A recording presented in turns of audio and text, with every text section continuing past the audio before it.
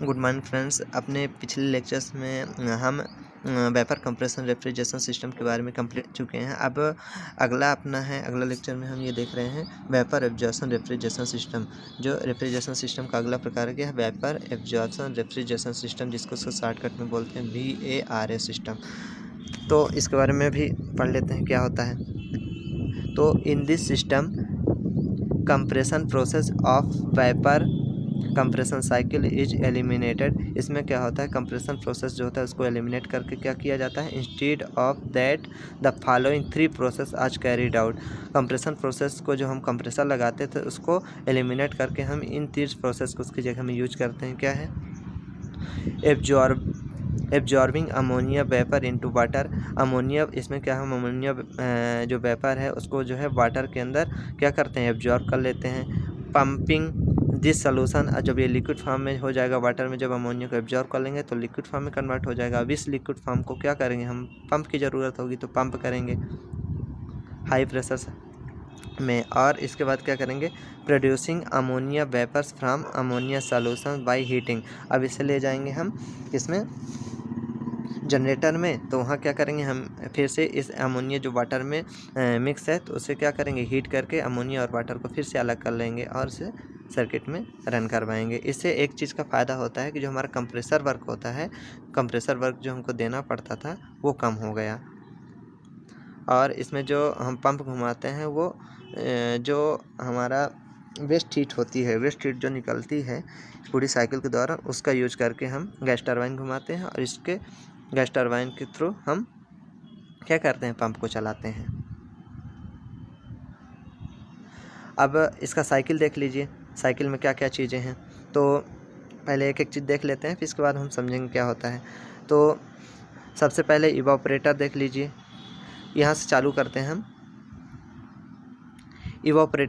Evaporator में क्या होगा, हमारा जो भी होगा रेफ्रिजरेंट वो क्या होगा, इवापोरेट होगा।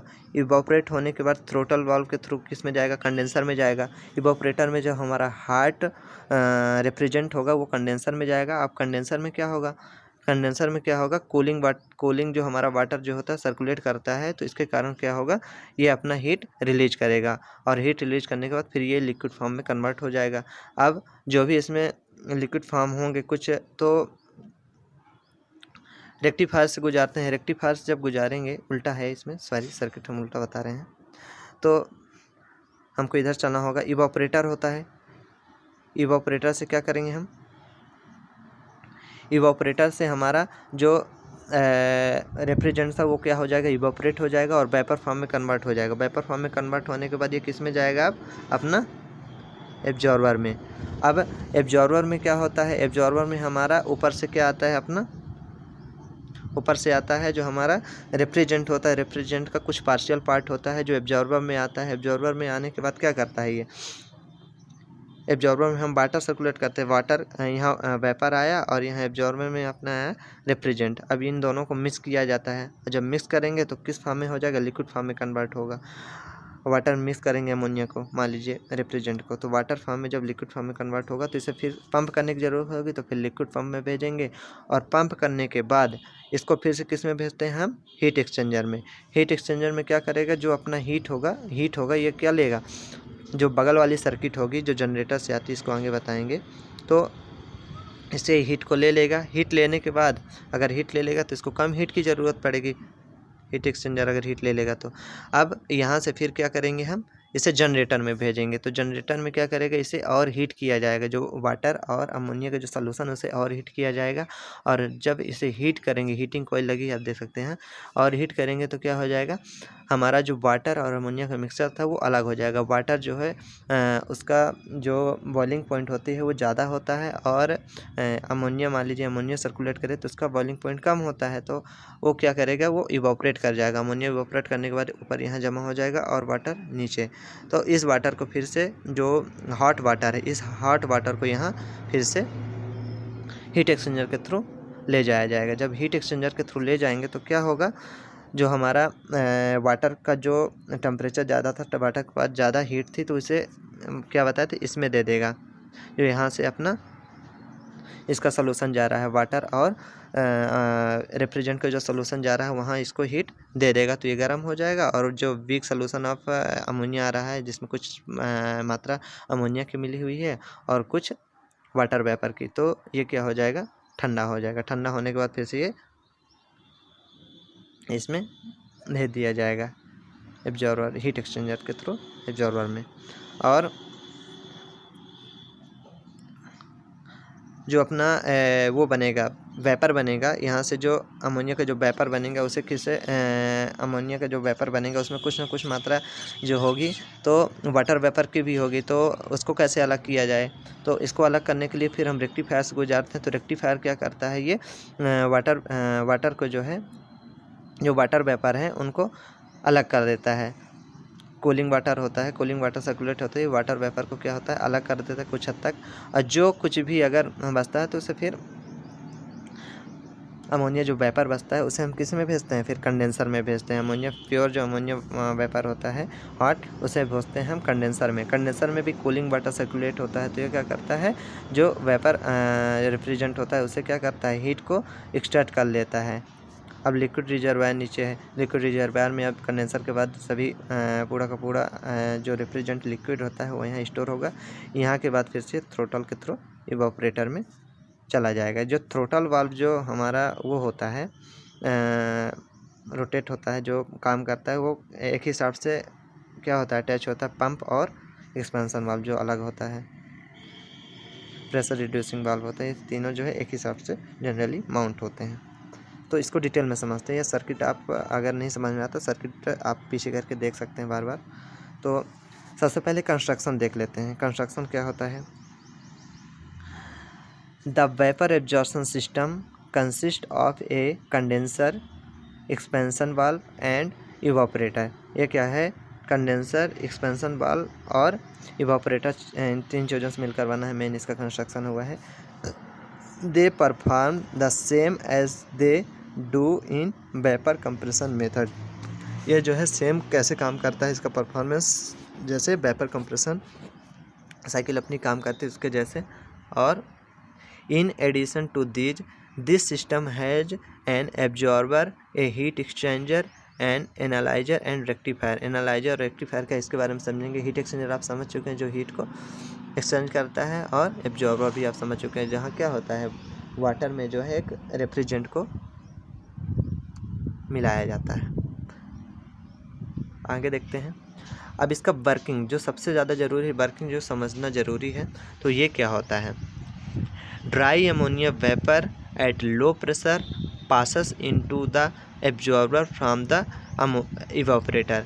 क्या करता है, इवापोरेटर से होते हुए जो हमारा ड्राई अमोनिया वेपर होता है वो किस में जाएगा, एब्जॉर्बर में जाएगा सबसे पहले। दूसरा क्या है, in the absorber the dry ammonia vapour is dissolve in cold water and strong solution of ammonia is formed. इसमें जो हमारा ड्राई अमोनिया वेपर था उसको किस में डिजॉल्व किया जाता है, कोल्ड वाटर में। जैसे आप कोल्ड ड्रिंक देखे होंगे, कोल्ड ड्रिंक आप जो पीते हैं उसमें क्या होता है, कार्बन डाइऑक्साइड जो गैस जो की जाती है उसे क्या किया जाता है, डिजॉल्व किया जाता है, मिक्स किया जाता है। और जब उसे आप ओपन करते हैं तो क्या होता है, कार्बन डाइऑक्साइड गैस बाहर निकलने लगती है, झाग के फॉर्म में बाहर निकलती है, और आपका लिक्विड जो होता है नीचे रह जाता है। तो क्या किया जाता है, एक प्रकार से डिजॉल्व किया जाता है कार्बन डाइऑक्साइड गैस को, किसमें, कोल्ड ड्रिंक के अंदर। सेम इसमें होता है कि ड्राई अमोनिया वेपर को किसमें मिक्स किया जाता है, कोल्ड वाटर के अंदर डिजॉल्व कर दिया जाता है, जिससे क्या है, अमोनिया का स्ट्रॉन्ग सोल्यूशन बनता है और लिक्विड फॉर्म में कन्वर्ट हो जाता है। अब इसे किसे भेजते हैं ये भी देखते हैं। Heat evolved during the absorption of ammonia is removed by circulating cold water through the coils kept in the absorption. अब जो भी हम अगर हम कोल्ड वाटर में अगर अमोनिया वेपर को, हॉट अमोनिया वेपर को जो इवापोरेटर से आए उसे मिलाएंगे तो कुछ ना कुछ तो हीट जनरेट होगी।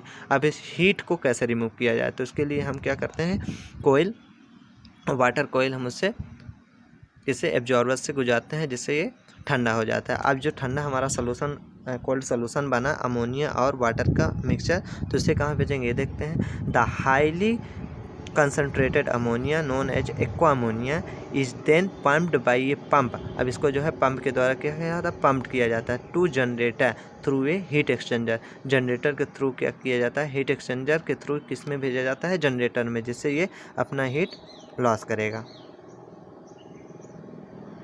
अगला है इसका इन द हीट एक्सचेंजर। इसको अच्छे से पढ़ लीजिएगा, अच्छे से एक बार समझ लीजिएगा, इसके बाद फिर से सर्किट को देख लीजिएगा। आई होप आपको सब समझ में आ जाएगा।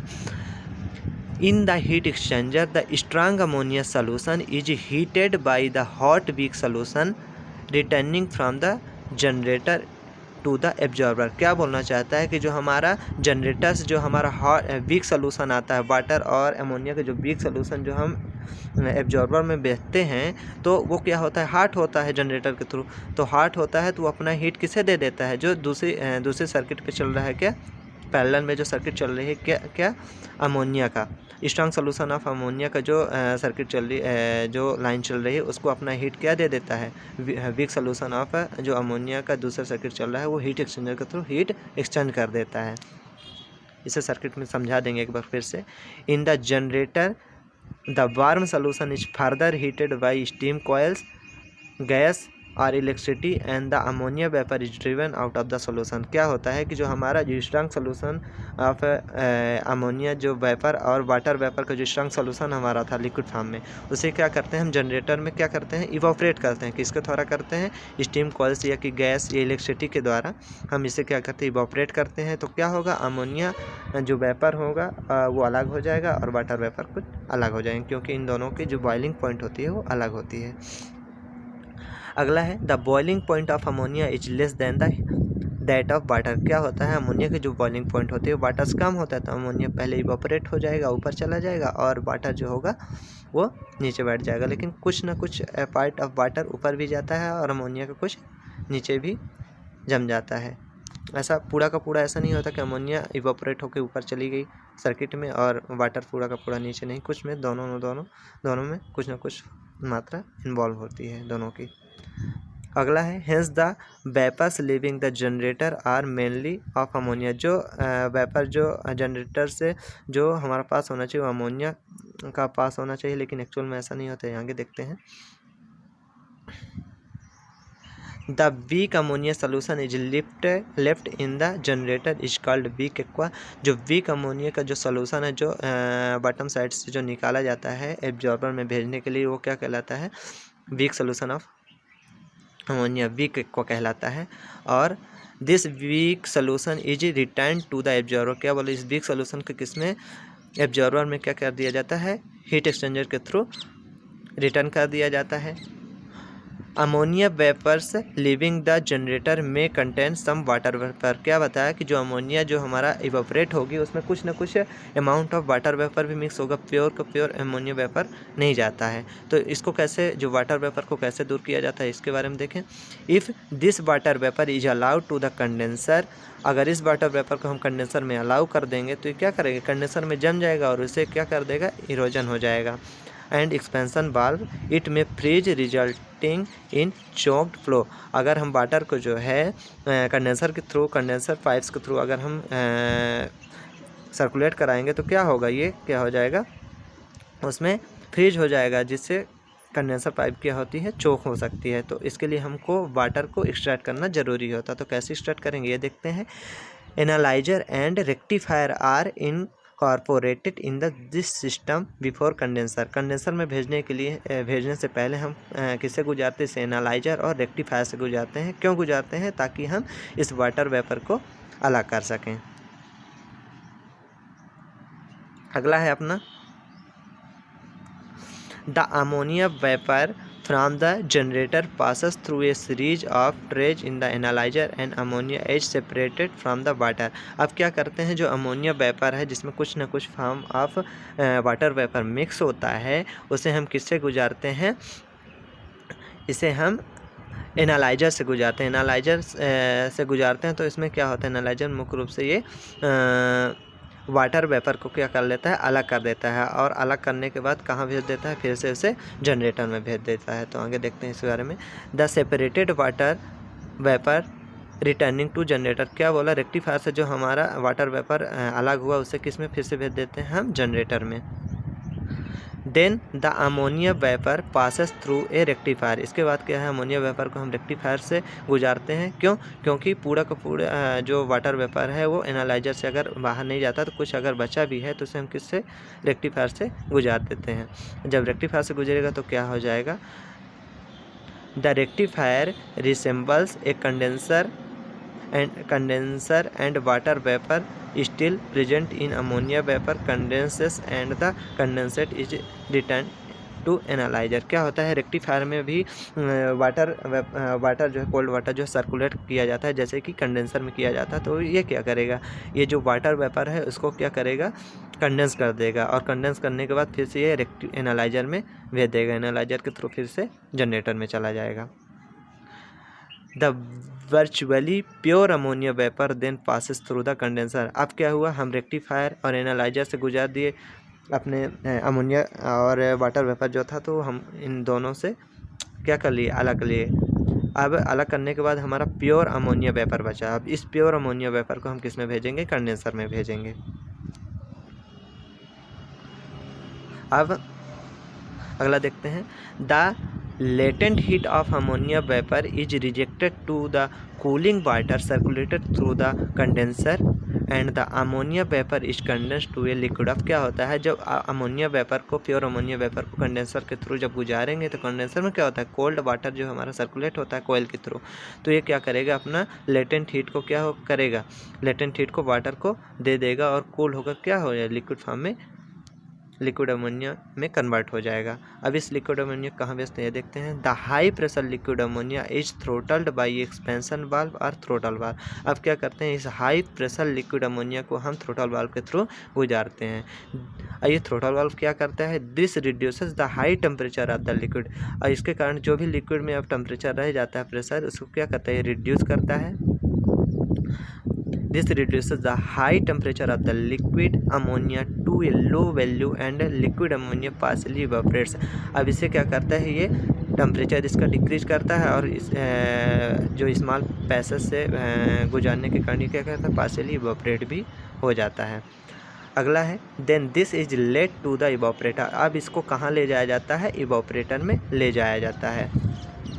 In the evaporator the liquid fully evaporised. जो इवापोरेटर में है अब लिक्विड क्या हो जाएगा, फुली वेपराइज हो जाएगा। अगला है,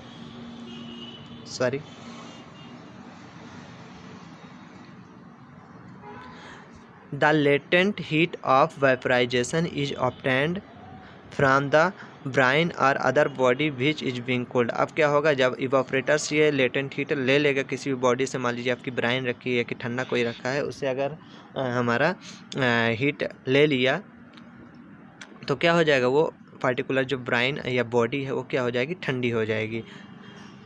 the low pressure ammonia vapour. अब क्या होगा, जो हीट लेने के बाद हमारा जो रेफ्रिजरेंट अमोनिया है वो कोल्ड बॉडी, हॉट बॉडी से जो हीट ले ली तो वो बॉडी तो कोल्ड हो गई, लेकिन ये क्या हो गया, हॉट होने के बाद वेपर में कन्वर्ट हो गया, तो लो प्रेशर वेपर में कन्वर्ट हो गया। तो the low pressure ammonia vapour living the evaporator against enter the absorber and the cycle is complete है। अब इसके बाद जो लो प्रेशर अमोनिया वेपर है इसे फिर से एब्जॉर्बर में भेजेंगे, फिर से इसे वाटर के साथ मिक्स करेंगे और फिर से यही साइकिल चलती जाएगी। अगला है, this cycle is repeated again to provide the refrigerating effect. और ये रेफ्रिजरेटिंग इफेक्ट या कूलिंग इफेक्ट जनरेट करने के लिए ये साइकिल कंटिन्यूस चलती रहती है। अब एक बार फिर से हम साइकिल में जाकर क्या होता है ये आपको समझा दे रहे हैं, जो सारी चीज़ें मैं बताया हूँ आपको।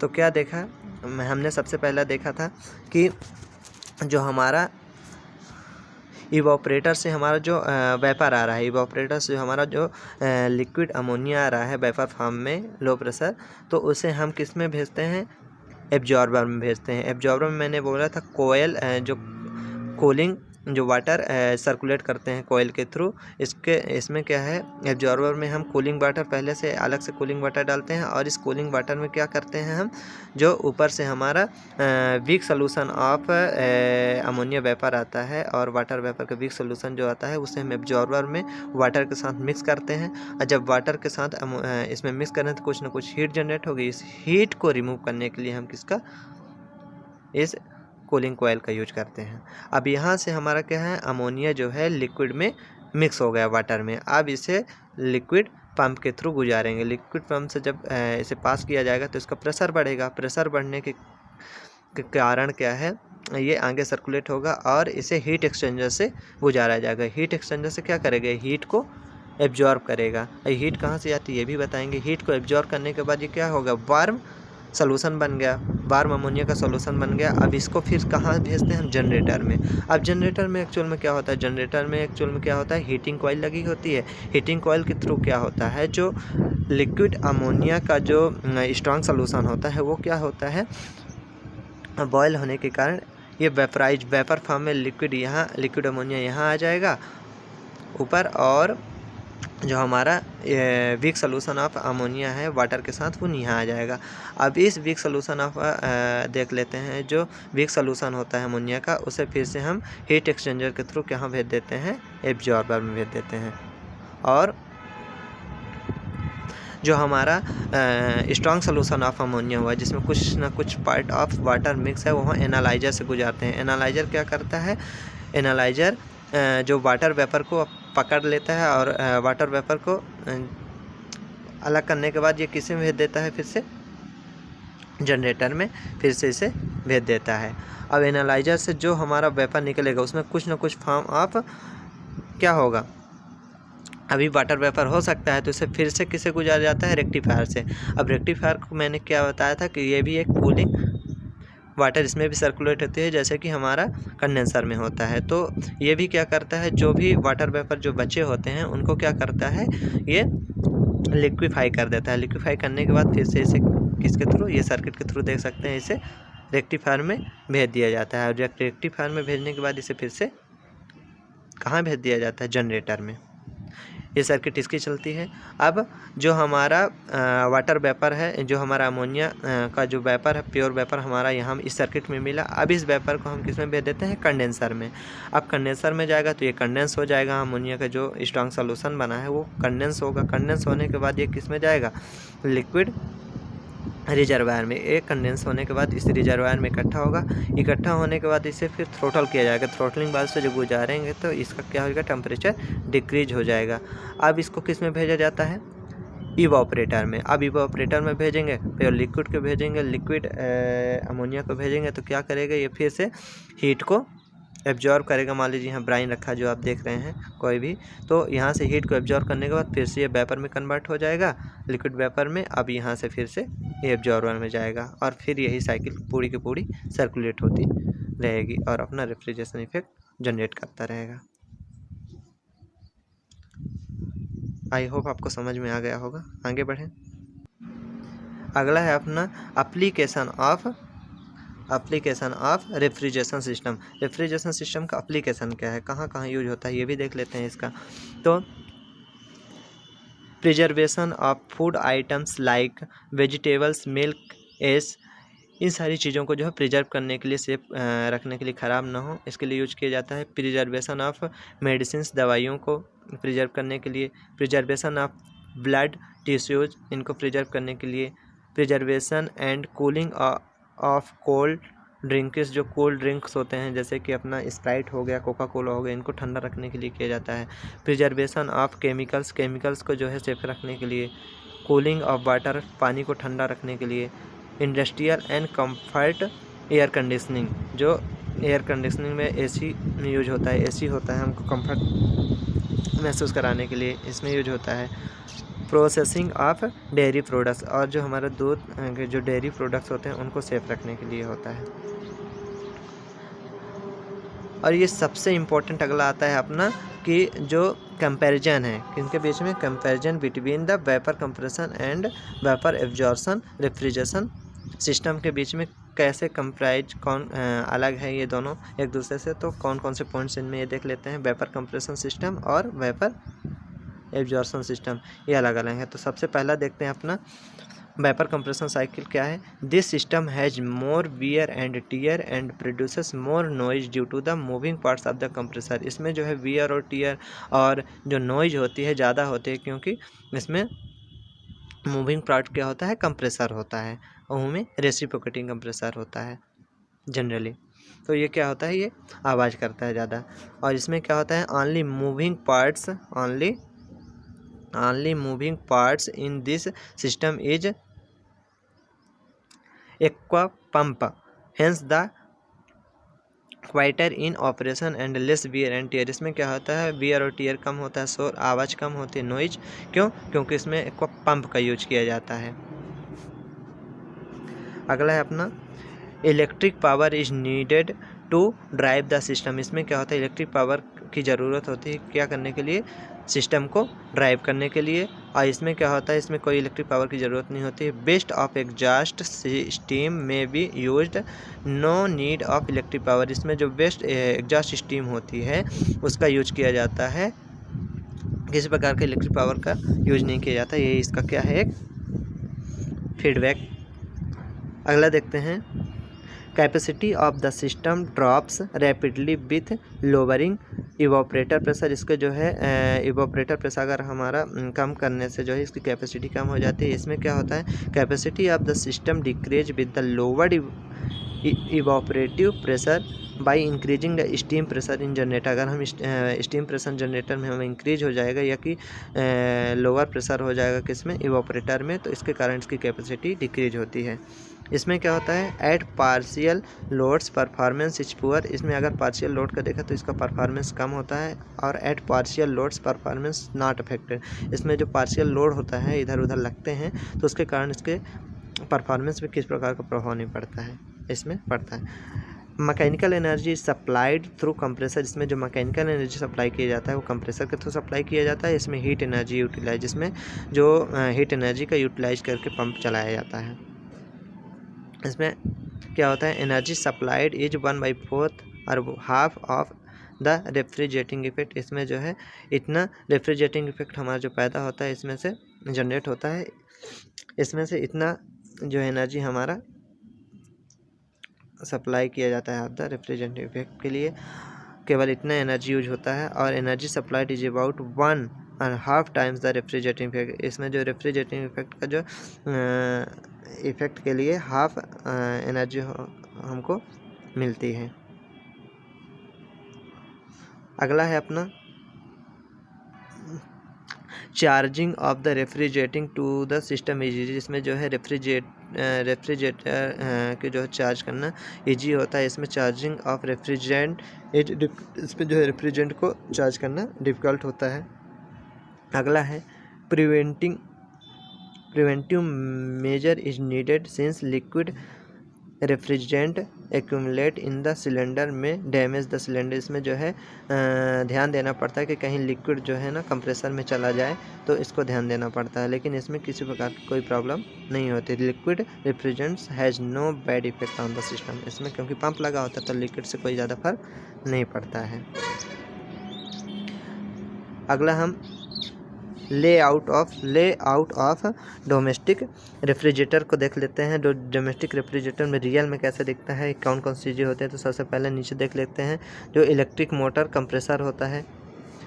अब यहाँ से इलेक्ट्रिक मोटर कंप्रेसर के थ्रू हमारा जो कोल्ड रेफ्रिजरेंट है वो कहाँ जाएगा, हो जाएगा अपना इवोपरेटर में। इवोपरेटर जो सबसे ऊपर होता है इवोपरेटर में जाएगा। इवोपरेटर में जाने के बाद जो हीट लेगा, हीट लेने के बाद ये वेपर फॉर्म में कन्वर्ट होगा। इसके बाद इसे फिर किससे गुजारा जाता है, कैपिलरी ट्यूब से। अब कैपिलरी ट्यूब से गुजारने के बाद फिर इसे किस में भेजा जाता है, इससे भेजा जाता है कंडेंसर में, जो पाछे लगा होता है कंडेंसर। अब कंडेंसर में क्या होगा, ये हीट को रिलीज करेगा एटमॉस्फेयर में। अब हीट रिलीज करने के बाद ये लिक्विड फॉर्म में कन्वर्ट होगा और फिर से इसे किस में भेज दिया जाएगा, इवोपरेटर में भेज दिया जाएगा। इसे आप अच्छे से देख लीजिएगा। अब यहाँ से हमारा जो रेफ्रिजरेशन के जो दो पार्ट्स हैं हमारे, RAC refrigeration and air conditioning में हमारा रेफ्रिजरेशन पार्ट कंप्लीट होता है। अब इसके अगले लेक्चर में हम अपना एयर कंडीशनिंग के बारे में पढ़ेंगे। तब तक के लिए थैंक यू, मिलते हैं अपने अगले लेक्चर में।